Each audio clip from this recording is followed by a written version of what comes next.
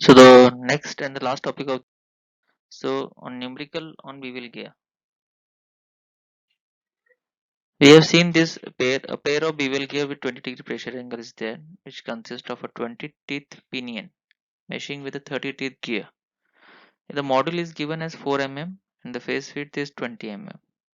Material for the pinion and the gear is same, that is 50 C4. SUT is 750 Newton per mm square. Now the surface hardness is given to us is 400 bhn and the pinion rotates at 500 rpm. And it received 2.5 kilowatt power from the electric motor also. So the starting torque of the motor is 150% of the rated torque. That means CS is given to us here. So the factor of safety we need to find out against the bending failure and the pitting failure. Let's see, find out the bending strength. We know that tan of gamma is equal to Zp upon Zg equal to 20 by 30. So we get gamma as 33.69 degree. Now Zp dash we can find out that Zp upon cos of gamma. So it is 24.04. Now with the help of the interpolation method we can find out the y and we can check the value of y. Now the beam sigma b is equal to what? SUT by 3. dp we know that. Put the values in AO, we will get the center distance. Now we have all the thing, that is gamma, Zp dash, y, sigma b, dp, dg, AO we have. So we can find out the beam strength, that is SB is equal to this. In this formula we can put all these values and we can get the values, that is 4872.37 Newton. This is the value of beam strength now. So VA strength Q is equal to 2 times Zg upon Zg plus Z10 of gamma. We get the value.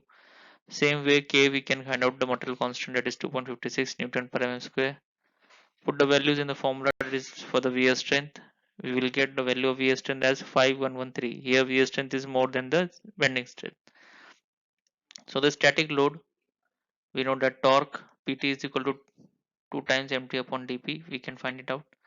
So static load is 1193. Now we can find out the dynamic load.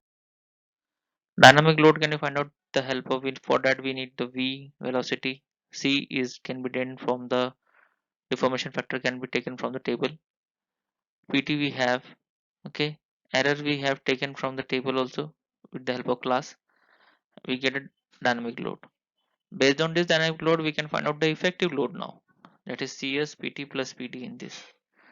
And we get the factor of safety, that is SB upon P effective is equal to this. Factor of safety is 1.4.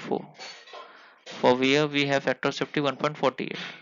So in both the cases the design is safe here. So this is the factor of safety we get. So just remember the procedure to solve the numerical. That first you need to find out the beam strength, then VA strength, then static load, then dynamic load, and based on that we can find out the effective load and factor of safety. Okay, I hope you understand. Thank you.